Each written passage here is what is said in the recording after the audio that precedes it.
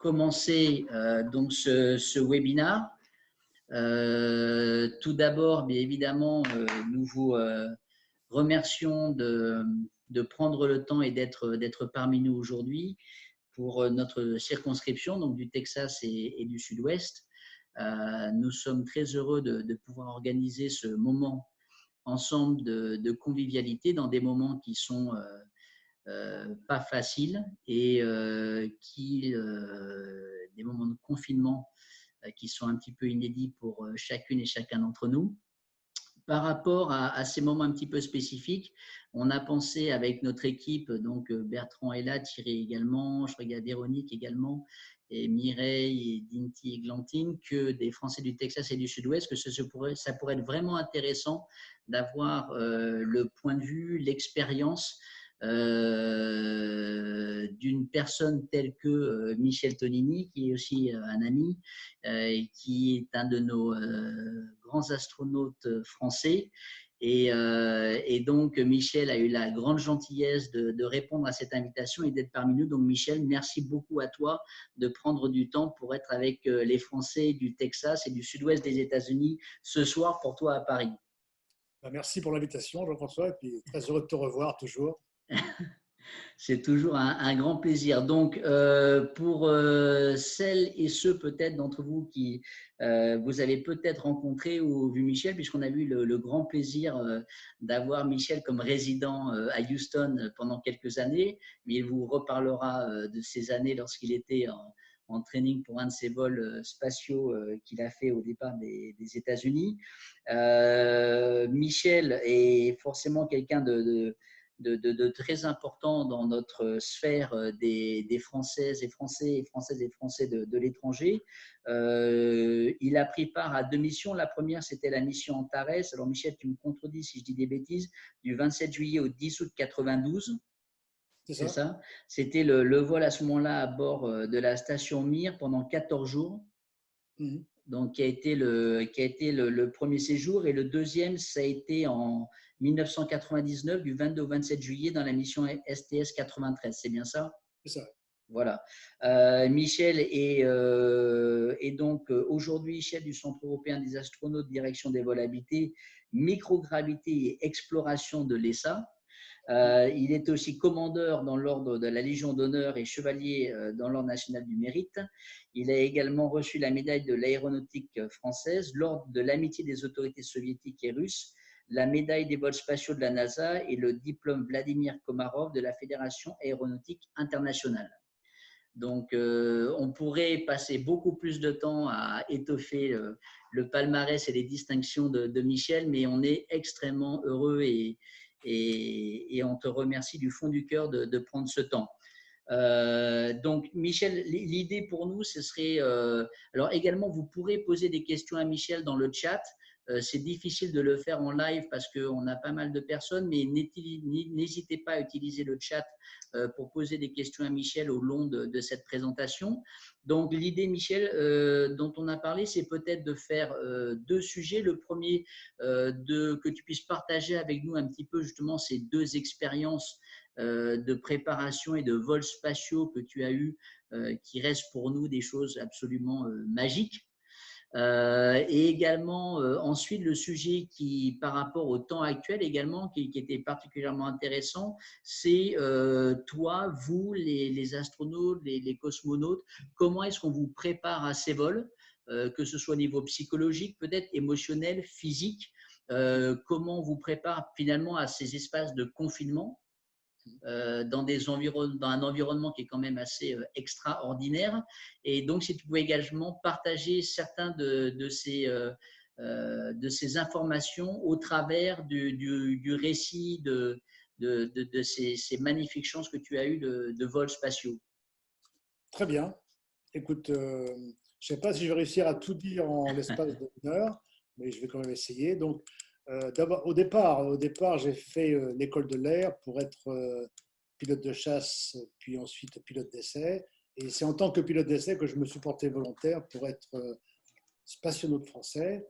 Et c'était à l'époque un programme de spationaute qui visait à être pilote de la navette Hermès. C'était une navette qui était construite par les Européens, qui aurait dû décoller sur la fusée Ariane 5. Et malheureusement, ce programme a overshooté en poids et en prix.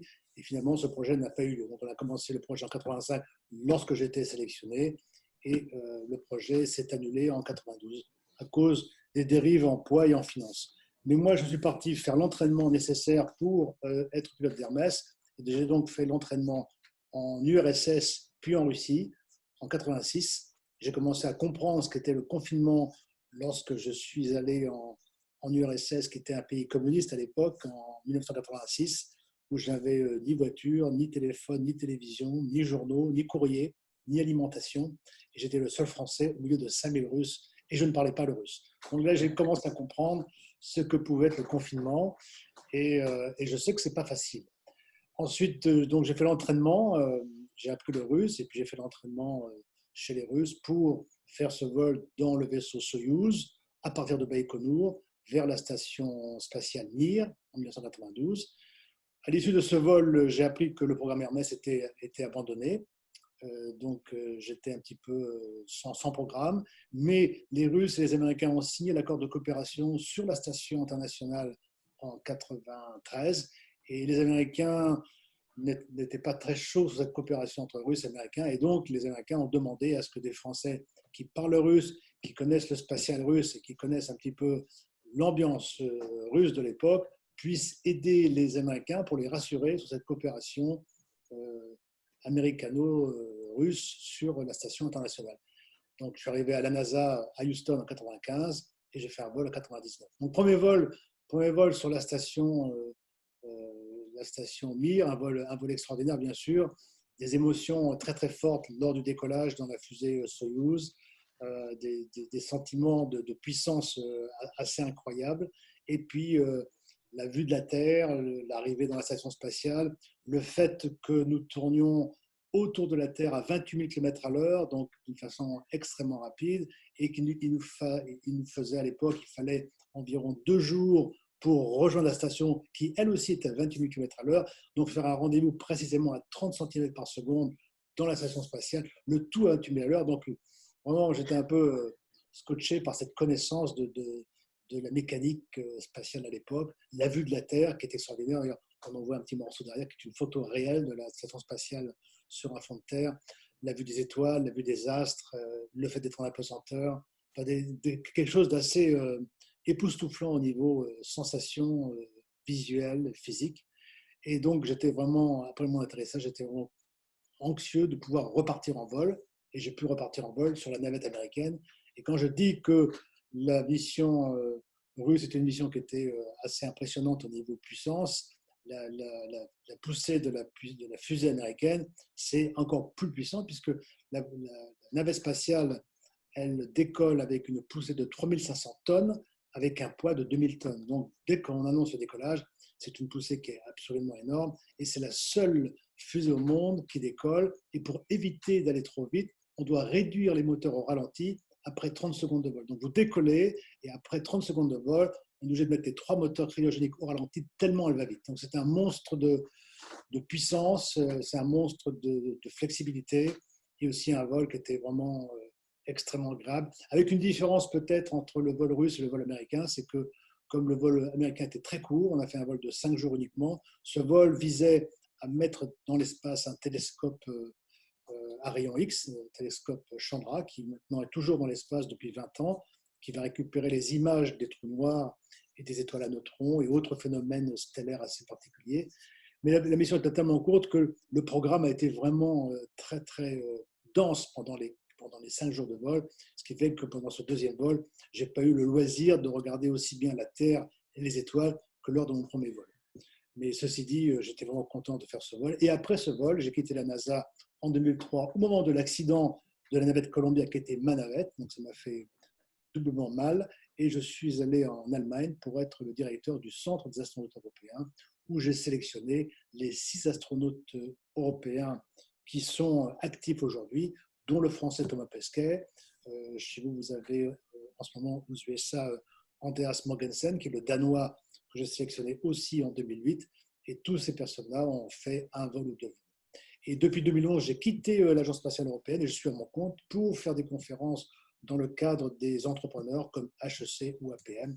Donc, je passe ma vie à faire des conférences un petit peu partout en France ou dans le monde. Et j'écris des livres, donc j'en suis à mon 3e livre, que je suis en train de peaufiner en ce moment sur mon 3e version.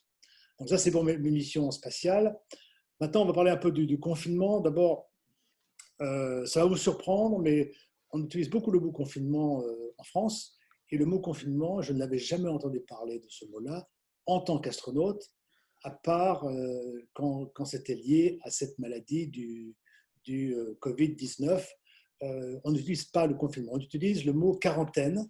La quarantaine est une phase où on est isolé pour se protéger, qui vient d'ailleurs de l'histoire. On était en quarantaine, je crois, pour des maladies comme la peste ou autres.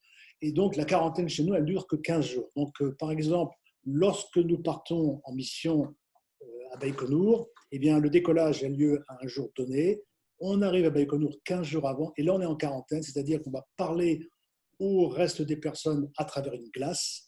On va être isolé dans un endroit particulier d'un bâtiment avec le moins de rencontres possible avec les personnes qui vont nous voir. Donc, sont autorisés les médecins, les entraîneurs de dernière minute, les gens qui vont s'occuper de nous jusqu'à la fin, ceux qui vont nous habiller. Et donc là, cette période, elle est quand même assez courte. Et après le vol, il y a une période qui va durer environ entre 1 semaine et 15 jours, qu'on appelle aussi quarantaine. Mais ce n'est pas vraiment un confinement comme on l'utilise. Le problème que nous avons aujourd'hui, je pense, c'est que le mot confinement a une connotation négative qui n'est pas bonne, alors que nous, on se met en quarantaine pour s'isoler, pour être en bonne santé, pour faire la mission. Donc nous, c'est une démarche qui est positive, alors que le confinement est déjà un mot qui nous écrase sur le plan psychologique.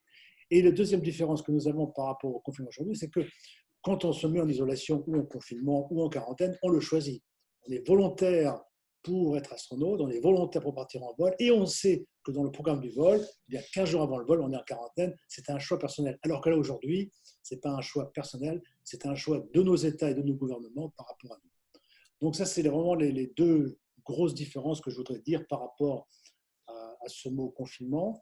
Maintenant, comment on vit le confinement quand on est dans l'espace? Alors, pour ceux qui ont fait des vols de 6 mois, vous savez qu'aujourd'hui, tous les vols dans l'espace durent 6 mois, donc on est 6 mois isolés dans une station spatiale qui fait un certain volume. On ne peut pas sortir le week-end pour aller en discothèque ou au cinéma, donc on doit avoir tout qui est vraiment prévu dans cet habitacle pour 6 mois. On a fait des vols qui ont duré 1 an, on a même fait un vol record qui a duré 14 mois avec un Russe qui s'appelle Valery Polakov. Donc on arrive, bien sûr, ça demande une préparation assez complète et ça demande un suivi complet, et aussi ça demande un recrutement des astronautes qui est fait différemment. Aujourd'hui, on recrutait pour nos compétences uniquement techniques et intellectuelles, c'est ce qu'on faisait avant. Aujourd'hui, on va recruter les personnes avec des qualités psychologiques particulières, donc des qualités qui vont faire en sorte qu'on va accepter plus facilement ces durées de vol. Parce que les premiers vols que nous avons faits, notamment en Russie, la littérature russe l'explique clairement, les vols qui ont duré 6 mois ou 8 mois au départ avec les Russes, c'était quand même extrêmement compliqué et les gens avaient du mal entre eux. Il y avait des conflits entre les cosmonautes. C'était quand même assez dur. Et après, il y a un livre qui est sorti qui s'appelle Dragonfly, qui est sorti dans les années 2000, qui explique un petit peu les problèmes purement psychologiques entre les Russes et les Américains, les ententes pour que ces gens puissent rester à bord. Et donc, on a mis au point plusieurs petites choses qui nous permettent de mieux vivre ces séjours de longue durée où on est isolé dans la station spatiale. Tout d'abord, ce qui est important pour nous, c'est la connexion. On doit être connecté avec le sol, donc avec les amis, la famille. Dans la station spatiale, par exemple, nous avons une antenne Ku-band, qui est une espèce d'antenne extrêmement forte au niveau densité de transfert de données. Donc, on peut avoir Skype de façon parfaite avec les gens qui sont au sol. On a Skype avec sa famille 1 fois ou 2 par semaine, avec ses amis, avec qui on veut. Et cette connexion visuelle ou radio, elle est importante. Et aujourd'hui, on sait même que si on prépare des voyages plus lointains sur Mars, et bien même sur Mars, si par exemple, là je vais sur Mars, le gars qui est au sol me dit bonjour Michel, je vais entendre son bonjour Michel au bout de 40 minutes, au bout de 20 minutes. Le temps que je lui dise bonjour, ça va bien, il faut encore 20 minutes, donc il y a 40 minutes. Donc évidemment, dans ces moments-là, on va pas parler par phonie, on va parler par email, mais la connexion est importante. Et aujourd'hui, nous sommes tous isolés et confinés. Eh c'est important d'avoir une bonne connexion et on l'a parce que nous avons des bons moyens Internet, comme aujourd'hui, on a Zoom, on a Skype. Donc, ça, c'est important de le faire. Si on a la chance d'être en famille et d'avoir plusieurs personnes à la maison, c'est quand même plus agréable. Si on est isolé, eh bien, il ne faut pas hésiter à téléphoner à ses amis. Souvent, on fait des SMS, mais c'est bien d'entendre la voix, de papoter un petit peu avec ces gens-là régulièrement. Voilà, donc, c'est important d'avoir une bonne connexion. Ensuite, ce que je pense qui est important aussi, et c'est quelque chose qui est quand même assez important pour nous, c'est que même si on pense que nous sommes des surhommes, ben nous ne sommes pas des surhommes. Et si on a du stress ou si on a une faiblesse psychologique ou si on ne supporte pas ce confinement ou cette isolation, eh bien, il faut en parler. En parler à qui? Ben, à ses amis, à sa famille, à un docteur psychologue, à un ami, enfin, en parler. Il ne faut pas se cacher et se voiler le fait qu'on puisse être faible parfois. Dans nos missions spatiales aujourd'hui, nous avons ce qu'on a mis au point en 2003, qu'on appelle la PMC, c'est le Private Medical Conference. Et donc, tous les 15 jours, on a un chat, un talk avec l'astronaute qui est dans la station spatiale et le psychologue qui est au sol. Le psychologue est quelqu'un qui a suivi l'astronaute pendant toute la phase de préparation, donc qui va durer 3 ans et demi. Donc, le psychologue et l'astronaute se connaissent bien, ils sont vraiment en confiance, ils se connaissent bien, et c'est lui qui va parler à l'astronaute quand il sera en vol. Donc, à l'intonation de la voix, à la différence de grain de la voix, il va comprendre si ça va ou si ça ne va pas, ou s'il y a du stress ou autre. Et il va le suivre également après le vol. Et on fait cette discussion entre le psychologue et l'astronaute régulièrement, parce que si jamais pendant le vol qui va durer 6 mois, si au bout de 2 mois, l'astronaute va dire « là, je voudrais parler maintenant au psychologue », et bien évidemment, tout le reste du centre de contrôle va comprendre que ce gars-là a un problème qui nécessite un psychologue. Donc, on fait cette conférence médicale régulièrement et elle est filtrée dans le sens où personne ne peut l'écouter. Bien souvent, on a ce créneau qui est alloué tous les 15 jours et bien souvent, le psychologue va raconter les résultats de football ou de basketball ou de Formule 1 ou de tennis. Donc, c'est vraiment une discussion à bâton rompu, mais elle est importante parce que le psychologue sait déterminer les petits symptômes qui font que ça va ou que ça ne va pas. Et ça, c'est très important. Ça, c'est donc parler des facteurs de stress. Ensuite, ce qui est important, c'est que nous avons un timing dans la station qui est réparti sur un tiers du temps pour faire des expériences scientifiques. Ça, c'est la science pendant un tiers du temps. Un tiers du temps, c'est la réparation de la station parce que ça casse comme la maison. Donc, il faut réparer les lavabos, les tuyauteries, les systèmes, etc. Et un tiers du temps, c'est l'entretien de soi. C'est-à-dire qu'il faut savoir réparer, c'est-à-dire il faut, je ferme ça, tac, il faut pouvoir euh, s'entretenir, faire du sport, manger, boire, faire attention à ses moments de loisir. Donc, il y a un tiers, un tiers, un tiers. Ça, c'est la répartition du temps. Et c'est important de garder ce rythme-là toute la semaine. Plus nous avons, sur un vol de semaine, nous avons des week-ends à partir du samedi midi jusqu'au dimanche soir. Là, c'est entièrement libre. Donc, dans ces moments de liberté, eh ben, il faut savoir s'évader. Et comme on ne peut pas s'évader physiquement, on va s'évader de façon virtuelle. On a des films, donc on part en vol avec un ordinateur, avec un disque dur qui est rempli de tous les films qu'on veut voir. Il y en a beaucoup plus que ce qu'on aura comme temps pour voir ces films-là. Il y a de la musique, il y a des livres. Et donc, ces moments, on essaye de partager entre musique, livres, films pour voir ça. Il y a également maintenant des programmes de réalité virtuelle où on peut être dans la station spatiale et avec un masque de réalité virtuelle, être sur la plage, faire du kitesurf, faire du windsurf, faire du bateau. Donc, c'est important aussi pour se détendre. Les livres sont un bon moyen d'évasion. Moi, en ce moment, je suis confiné à Paris. Eh bien, je lis et je lis de plus en plus. J'arrive à lire pratiquement un livre en 2 jours. Donc, j'ai téléchargé les derniers prix Goncourt et je lis un livre pratiquement tous les 2 jours. Donc, c'est vraiment très, très riche. J'arrive à bien me structurer grâce à ça. Après, il y a un autre programme qu'on appelle l'hibernation. Vous savez qu'aujourd'hui, on parle des vols sur l'orbite basse, qui est à 400 km de hauteur. On parle de reprendre les vols dans la décennie qui va venir pour aller sur la Lune, puis aller sur Mars. Mais on pense également à faire des voyages vers les étoiles. Ce sont des voyages qui vont durer des centaines d'années. Et donc, comment faire pour faire un voyage d'une centaine d'années, on pense à mettre les astronautes en hibernation. Alors, évidemment, il n'y a pas de parallèle avec nous, on ne va pas se mettre en hibernation. Ceci dit, nous avons un petit moyen de faire de la simili-hibernation qui est le sommeil. Et c'est important de trouver cette période où nous sommes un peu isolés, où on a le temps de bien récupérer, parce que le sommeil permet d'enlever le stress. Et comme on a un stress qui est dû au fait qu'on est un petit peu enfermé et qu'on a du mal à supporter, et de bien dormir va vous aider à supporter ce stress qui est artificiel. Ensuite, autre chose qui est importante, et beaucoup d'astronautes l'ont fait, c'est la musique, c'est-à-dire jouer d'un instrument de musique. Beaucoup d'astronautes ont amené des instruments de musique. Jean-Luc Chrétien avait amené un petit orgue électrique dans la station spatiale. Certains, comme Thomas Pesquet, ont amené un saxophone. Il y en a qui ont amené un harmonica. Le dernier, qui était le Canadien Chris Hadfield, il avait une guitare. Il a chanté Space Oddity à partir de la station spatiale en montant l'instrumentation là-haut. Donc, la musique est un moment assez agréable. En général, on fait du sport en écoutant de la musique. Et c'est important de jouer de la musique, ou si on ne sait pas jouer de la musique comme moi, eh bien, d'en écouter ou de chanter. Donc, la musique est assez importante. Un autre moyen que nous avons utilisé et qui est très, très bon pour le stress, c'est de cultiver des plantes. Alors, on a un petit jardin potager dans la station spatiale. C'est pas grand, hein, c'est 1 mètre par 1 mètre. On fait pousser quelques salades. Ça a une vocation de scientifique pour savoir est-ce que les plantes peuvent pousser dans l'espace. C'est-à-dire que le jour où on fera un voyage qui va durer 1 an ou 2 ans pour aller sur Mars, est-ce qu'on peut faire nos aliments en allant sur ce voyage vers Mars?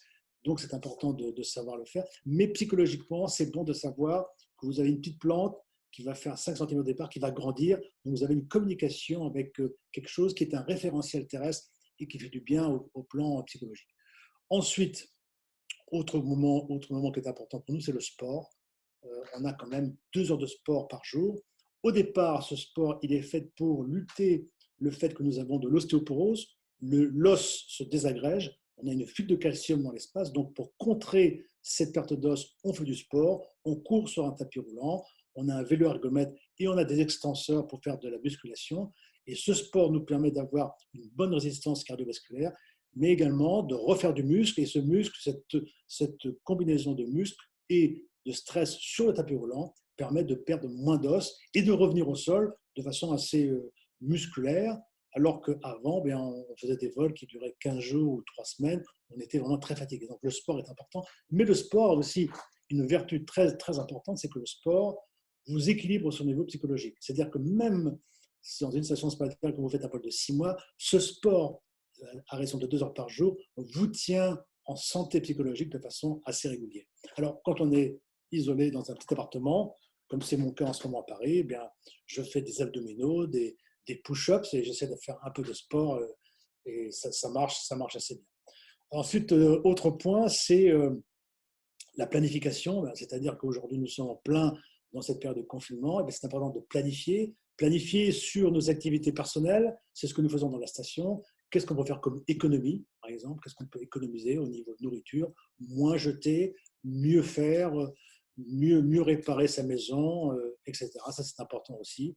Et je disais à d'autres entrepreneurs aujourd'hui que la période de confinement, elle se vit mieux si on a des qualités qui sont semblables aux qualités que j'ai choisies pour recruter les nouveaux astronautes. C'est ce qu'on appelle les astronautes 2.0 ou 3.0, qui sont 4 qualités essentielles et que j'ai résumées par un acronyme qu'on appelle le CHAM, C-H-A-M, et qui correspondent au C de la congruence, le H de l'humilité, le A d'assertivité et le M de motivation. Ce sont les 4 qualités qui sont très importantes pour qu'un astronaute puisse faire un vol réussi et un entraînement qui est réussi pour un vol réussi sur une durée assez longue.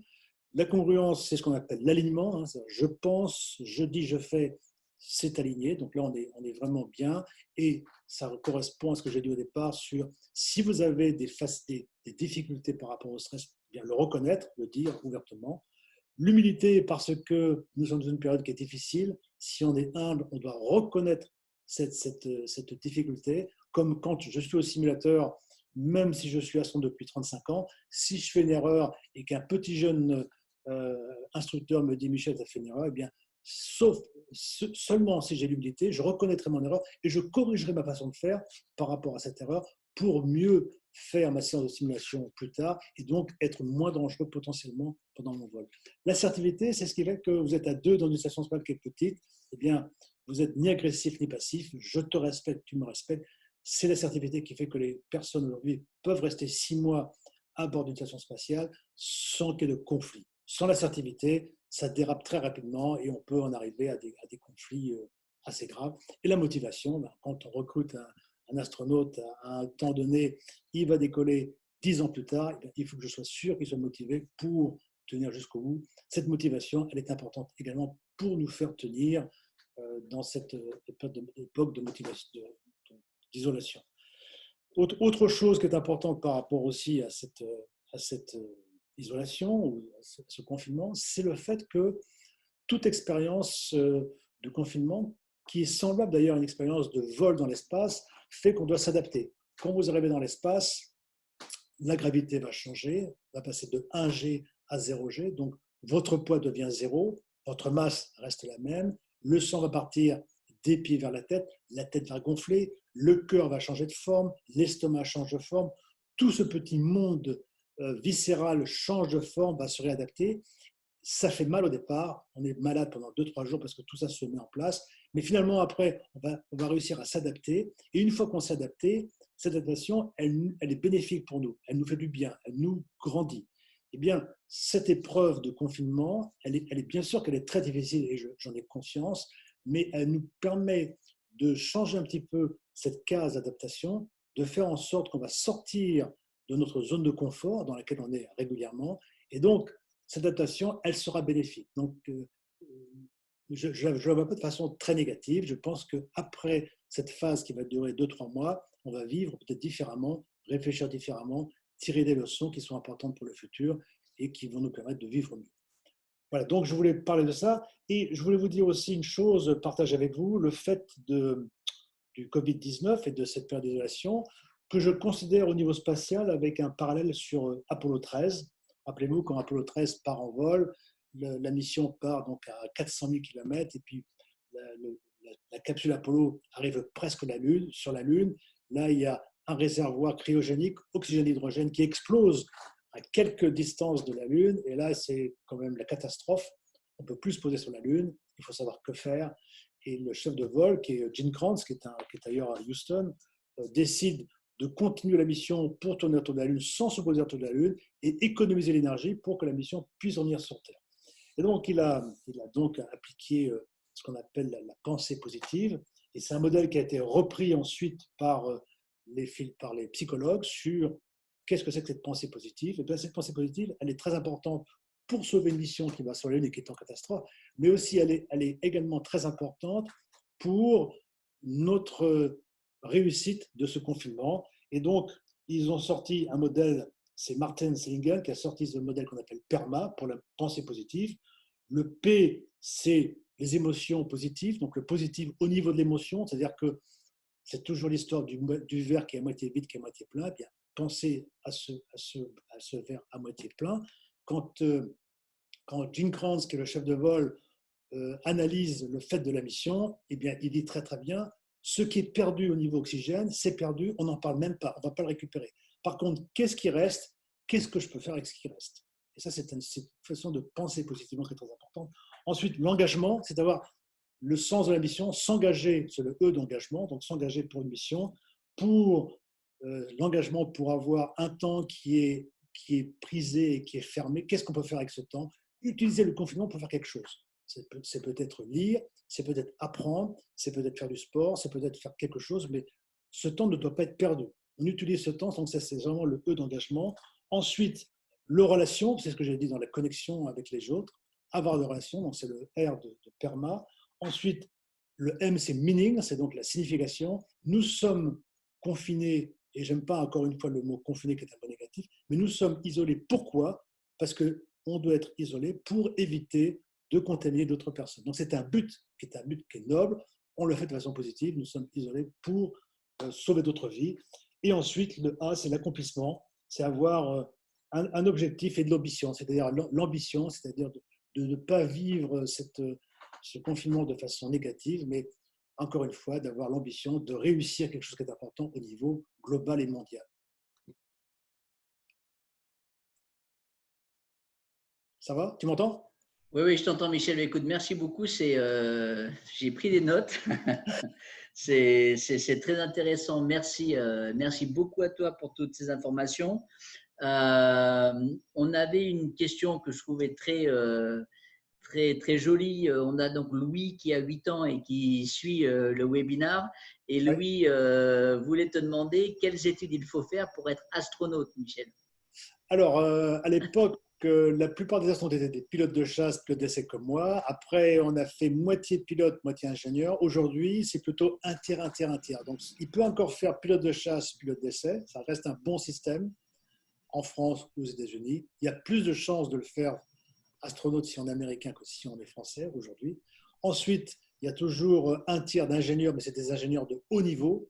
Je dis haut niveau, c'est une grande école type Polytechnique ou Centrale. C'est le cas de Jean-François Clerbat, que tu connais bien, et qui est à Houston. C'est un ingénieur polytechnique. Et après, il y a les scientifiques de très haut niveau aussi, donc des scientifiques qui ont fait de la science assez élevée. Par exemple, dans mon groupe d'astronautes que j'ai sélectionné à l'ESA, il y a un scientifique de haut niveau, puisqu'il est géologue, vulcanologue. Et donc, on l'a recruté parce que si un jour on va sur la Lune, on aura besoin de récupérer certains cailloux, certaines choses qui sont particulièrement sur le sol de la Lune. Et donc, on a besoin de bons géologues. Donc, un scientifique de très bon niveau, type faculté MIT aux États-Unis, ou un ingénieur de très haut niveau, type Polytechnique centrale, ou bien pilote de chasse, pilote d'essai. Voilà. Et surtout, être bon en maths. Être bon en maths, faire du sport, enfin être bon à l'école, hein, dans toutes les mesures, dans tous les domaines, particulièrement en mathématiques, et surtout faire beaucoup de sport. Voilà, on a Louis à l'image, donc tu vois Louis, donc les maths, le sport. Le sport et les études. Et les études, voilà, ça répond à ta question, Alors, Louis? pour arriver à faire du sport et des études, et ça prend du temps parce qu'il faut bien étudier et faire un sport, eh bien, il y a une seule solution qui est facile, il faut réduire le temps sur la tablette, réduire le temps sur la PS4, réduire le temps sur les jeux, et si on gagne tout ce temps, bah, tout le reste, on peut le consacrer aux études, et ça, c'est fait. Voilà, c'est bon, Louis? Ok, Oui. super. Enfin, je voudrais être astronaute. Oui, j'ai compris que tu voulais astronaute, Louis. Donc, je crois avoir essayé de répondre à ta question en disant que tu peux être astronaute en étant pilote, soit ingénieur de très haut niveau, soit scientifique de très haut niveau. Donc, c'est pas très compliqué. Voilà. Voilà. Merci. On avait une autre question, Michel, qui était, d'après toi, quel est le futur de la Station spatiale internationale? Alors, la station, elle a une date de péremption qui augmente de 4 ans, tous les 2 ans environ. Donc, moi, j'ai connu une date où on avait dit qu'elle s'arrêterait en 2018. Et après, elle a été étendue jusqu'à 2020, 2024. Aujourd'hui, on parle de 2028. Donc, je pense qu'elle va durer encore 10 ans. Là, j'étais en conférence juste avant vous avec la NASA qui m'a annoncé qu'on allait mettre des nouveaux panneaux solaires. Donc, là, la station, c'est quand même un ensemble qui fait 100 mètres par 100 mètres avec d'immenses panneaux solaires. On va rajouter des panneaux solaires pour qu'elle puisse avoir plus d'énergie électrique pour le futur. Donc, on va quand même la garder, je pense, encore 10 ans. Et après cette station spatiale, ça va être compliqué parce qu'on risque d'avoir une nouvelle station spatiale internationale ou pas, on ne sait pas trop, mais autour de la Lune. Donc, on aurait cette station qu'on appelle ISS, qui est en orbite basse, mais on pense avoir une autre station dans le programme Artemis, une station qu'on appelle le Gateway, qui est donc une station très très loin, autour de la Lune, ou à une certaine distance entre la Terre et la Lune, pour envoyer des vaisseaux de la Terre vers cette station Gateway. Et de là, on peut redescendre sur la Lune ou rester sur cette station, ou bien on peut aller sur Terre après. Donc, le futur, c'est un peu incertain. J'étais à la NASA l'année dernière, au mois d'octobre. On nous a montré tous les plans pour aller sur la Lune. Donc, je pense que les plans aujourd'hui pour revenir sur la Lune de façon beaucoup plus longue qu'avant, ils sont quand même très sérieux. D'accord. Merci, Michel. Une autre question. Quel a été ton plus gros challenge lorsque tu es revenu sur Terre?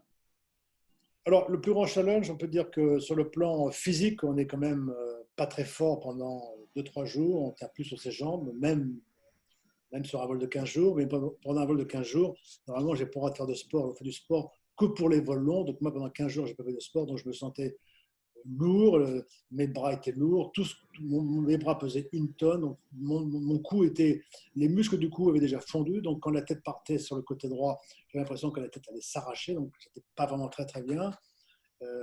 Sur le plan vestibulaire, on a du mal à marcher, donc on marche un peu avec les jambes écartées comme si on avait bu un peu trop le samedi soir. Donc ça, c'est des côtés physiques qui sont un peu complexes. Et sur le plan intellectuel, c'est un sentiment qui est mixte parce qu'on a d'un côté le sentiment d'avoir réussi sa mission et on a donc une fierté qui est assez importante. On est quand même dans un système qui était l'aboutissement de plusieurs années de consécration, d'études, donc c'est assez important. Et il y a aussi une petite baisse de morale parce qu'on se dit, bon, ben, qu'est-ce qu'on va faire après? Après une mission spatiale, il n'y a pas d'équivalent. Donc c'est vraiment, après, il faut se creuser la tête sur quel sera l'après du vol spatial. Et c'est toujours un point d'interrogation. Nous sommes 500 astronautes dans le monde. C'est un point d'interrogation pour beaucoup de personnes. Ceux qui réussissent le mieux, j'ai l'impression, sont les Américains qui arrivent à rebondir, à trouver un job dans l'industrie aéronautique et spatiale. Mais pour les Français, les Européens, voire les Russes, voire les autres pays du monde, c'est quand même plus complexe. Donc là, il y a un travail à faire personnel pour savoir ce qu'on peut faire. Moi, j'ai toujours pensé que de façon simple que dans la vie, il y a des choses importantes qui sont apprendre et puis ensuite transmettre. Donc, j'ai été pendant une grande partie de ma vie dans l'apprentissage. Maintenant, je suis dans la transmission.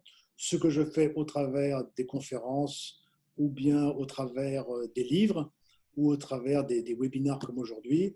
Et finalement, dans ces conférences, qui sont des conférences de type d'enseignement sur le spatial, mais aussi sur le management ou sur la gestion de crise dans ces conditions un peu particulières, eh bien, on s'aperçoit que si on veut vraiment transmettre quelque chose de façon efficace, eh bien, il y a encore un autre travail à faire. Donc, j'arrive à trouver la vie intéressante en faisant ces choses-là et surtout en faisant toutes les choses que je n'ai pas eu le temps de faire avant parce que la vie d'un pilote de chasse, pilote d'essai et astronaute, c'est des vies remplies et on n'a pas le temps de lire, on n'a pas le temps de beaucoup lire, on n'a pas le temps de faire beaucoup de sport, de voyager. Donc maintenant, je consacre plus de temps à ces choses que j'avais occultées pendant plusieurs années.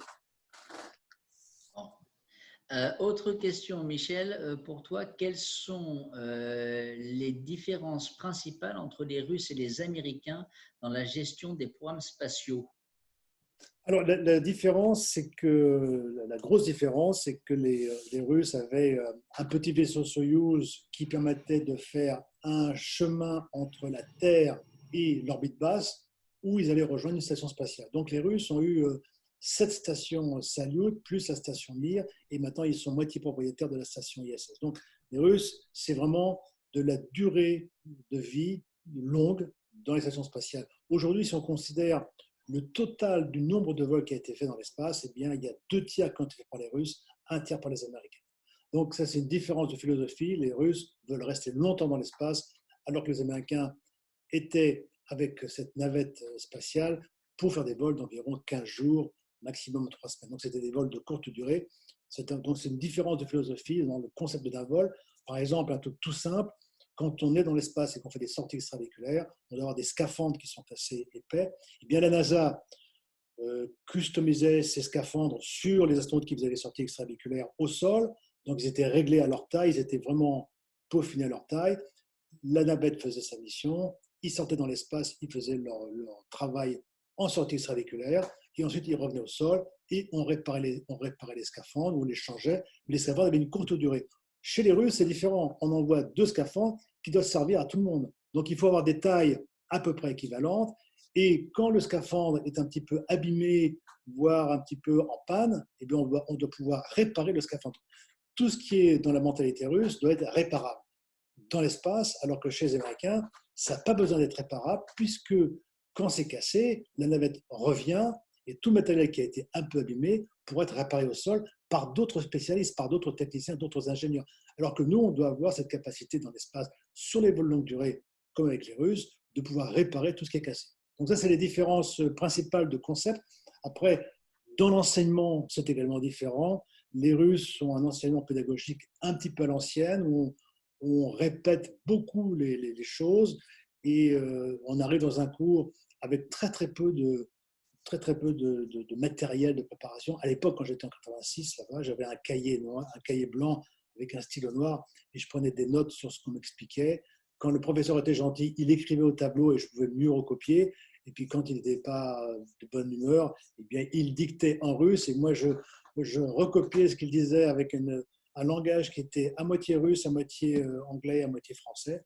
Et le soir à la maison, j'essaie de déchiffrer ce que j'avais pu mettre sur mes cahiers. Donc, pas beaucoup d'aide, alors que chez les Américains, vous arrivez en salle de cours, vous avez les DVD, les vidéos, les PowerPoint, tout est prévu. Et j'ai même conseillé de regarder le jour d'avant tous ces cours pour avoir le cours qui est dédié juste à poser les questions sur ce que vous n'avez pas pu comprendre dans la lecture des DVD le jour d'avant.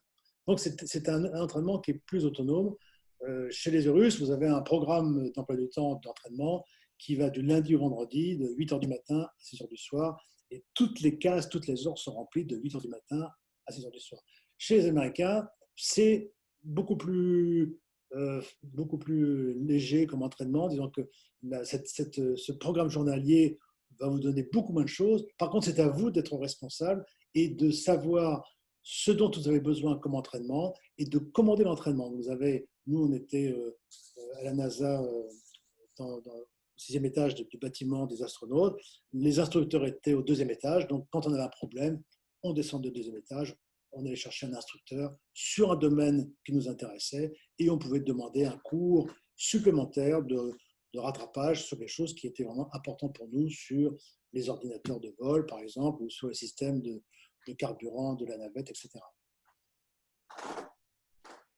Merci. Alors, une autre question, tu l'as abordée rapidement lorsque tu as parlé de la vie en vol spatial, mais y a-t-il des conflits entre les astronautes dans la station spatiale et comment sont-ils résolus?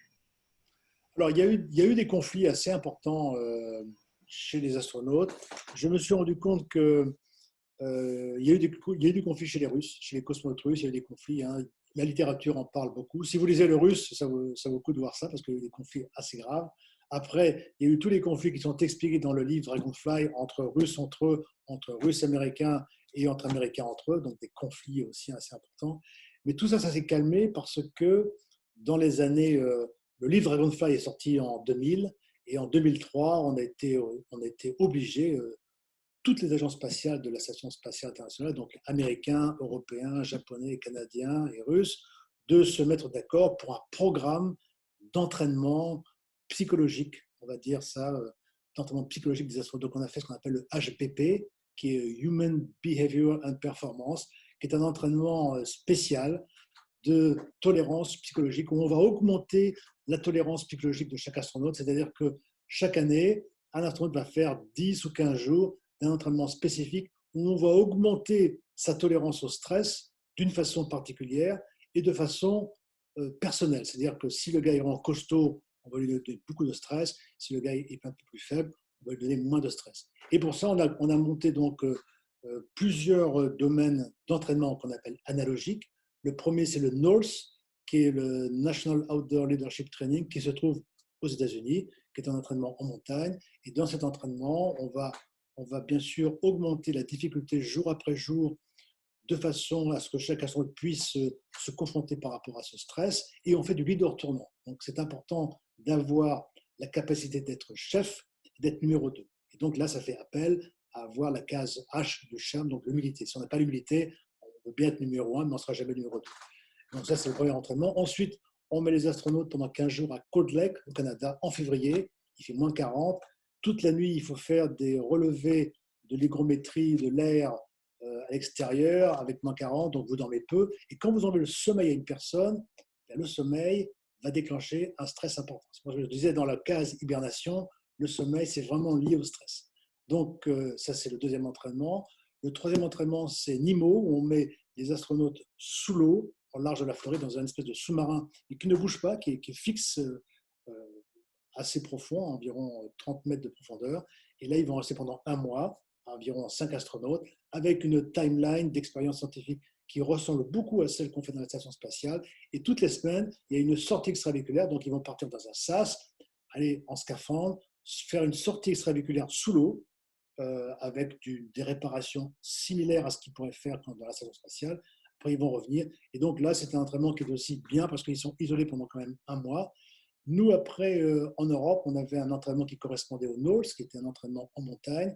Et donc, on a changé parce que ça correspondait trop à ce que faisaient les Américains. Donc, on a fait un entraînement sous terre, en spéléo, qu'on fait en Sardaigne. Et les gens sont isolés pendant 15 jours et ils vont faire un entraînement de plus en plus profond et de plus en plus difficile sous terre.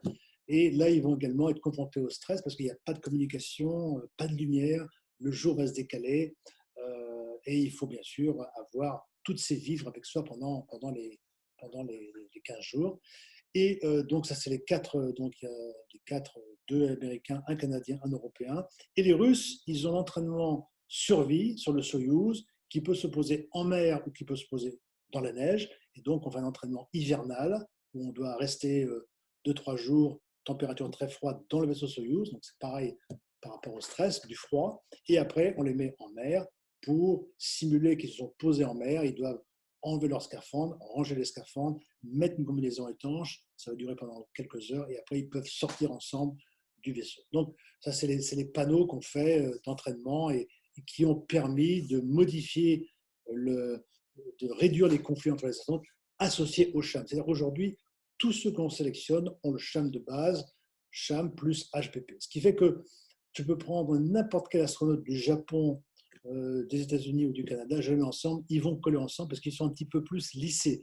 Alors qu'avant, on prenait des grosses têtes au niveau technique et ça marchait moins bien. D'accord. Ce qu'on a essayé de faire aujourd'hui, c'est ce qu'on appelle l'alchimie de l'équipe. Ok, très bien.